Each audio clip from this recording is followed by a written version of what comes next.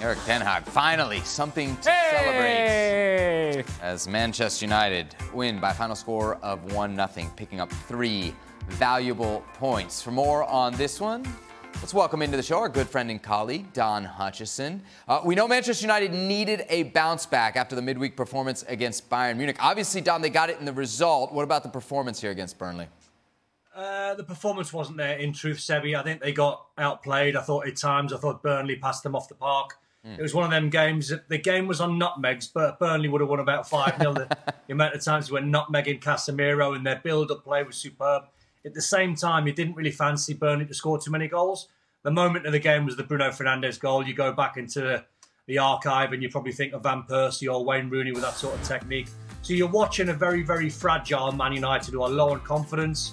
The results have not been kind. In my opinion, 9 points behind Man City.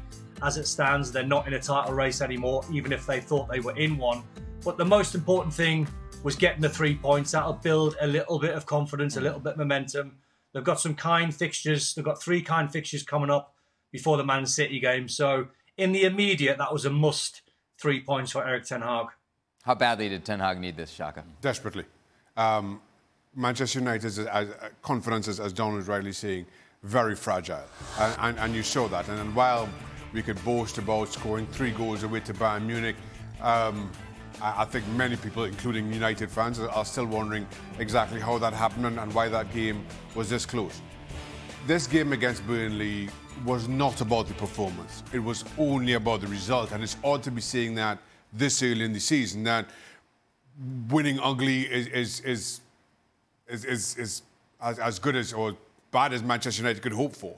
If they played great, that's icing on the cake. But it was only about the results, and Burnley were the thickness of a post away from taking the lead themselves. From a Burnley perspective, I was a little bit disappointed. I thought early on they kind of sat off Manchester United, allowed them to play, and then they settled into their natural rhythm. And I thought they had the better of the game, and all the stats would back that up.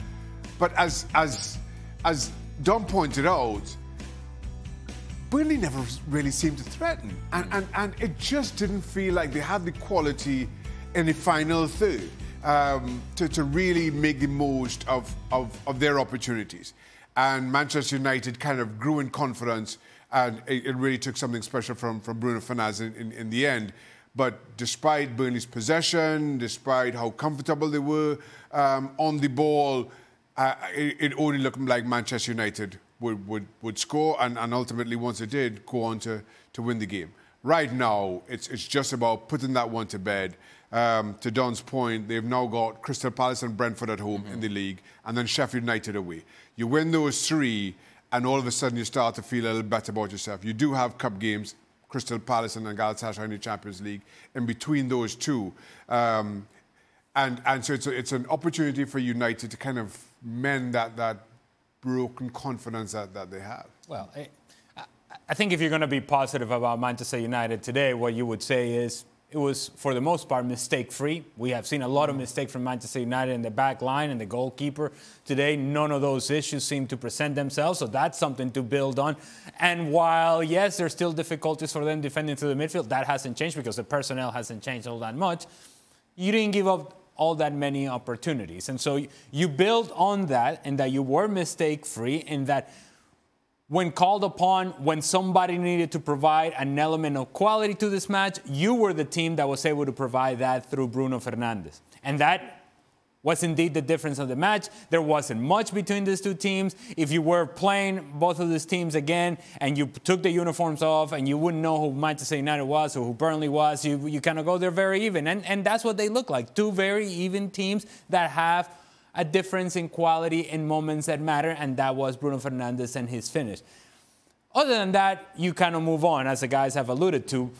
But I still think that this is something positive. After what you have been through over the last 10 days or so, and all the negativity and all the other stories that are going around Manchester United, you get 3 points. Doesn't matter how you did it. You got 3 points. You feel a whole lot better showing up to the training field when it's time to do so.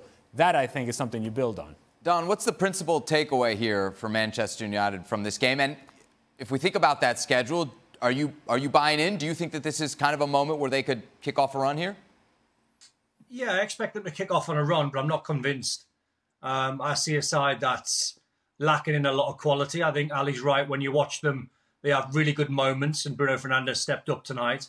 But I watch a lot of Premier League football and watch football across Europe. The Bayern 4-3 was never a 4-3 game. It could have been 7-3. It was that type of game. They were hitting the post left, right and centre. Brighton bopped them off the pitch about a week and a half ago. So there's a lot of work to do. I still think when Man United are at their best, even though it's not the way Ten Hag wants to play it, he wants to be a ball-playing team. He wants to have the majority of the possession. When I still think of Man United over the last 4 or 5 years, and I still think it this season because they are struggling with confidence, I still think their best form of attack is being a counter-attack inside when they break with speed. I think they're a much attractive side to watch. I think it's better for the individuals. Having said that, if Ten Hag consistently picks Bruno Fernandes, if he's going to pick Christian Eriksen, and he's going to pick Sofian Amrabat, he's got a lot of ball players, and Casemiro's another one, who can all handle the ball. But there's not particularly much speed apart from Marcus Rashford and maybe Martial, maybe Højlund at times. There's not a lot of speed in that Man United, so they don't really break forward quick enough. But also, when you play through their midfield, they seem slow at the same time. So I think Ten Hag, going forward, like Ali said, will take the 3 points.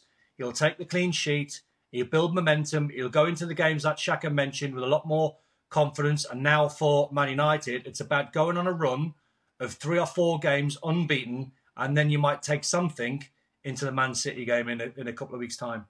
Shaka, Don mentioned the clean sheet there. How big is that for Onana after the midweek? Huge. Again, I think everything about this game today, I'm kind of slow to say performance, is what Manchester United needed. You get 3 points, and to Ali's point, nothing else to talk about. Nothing for anybody to talk about, because we could be sitting here 4-3 and saying, well, they got 3 points, but a lot of debate to be had.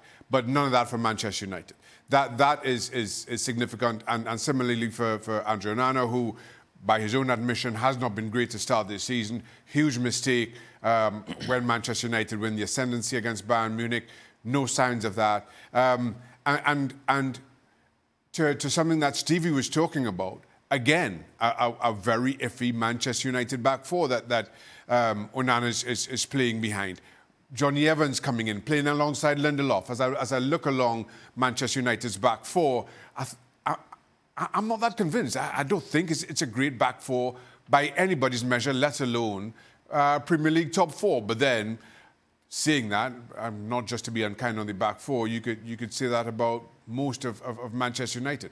If you put this version of Manchester United up against anybody else who you expect to finish top 4, I'm not sure how many of those get into a combined squad.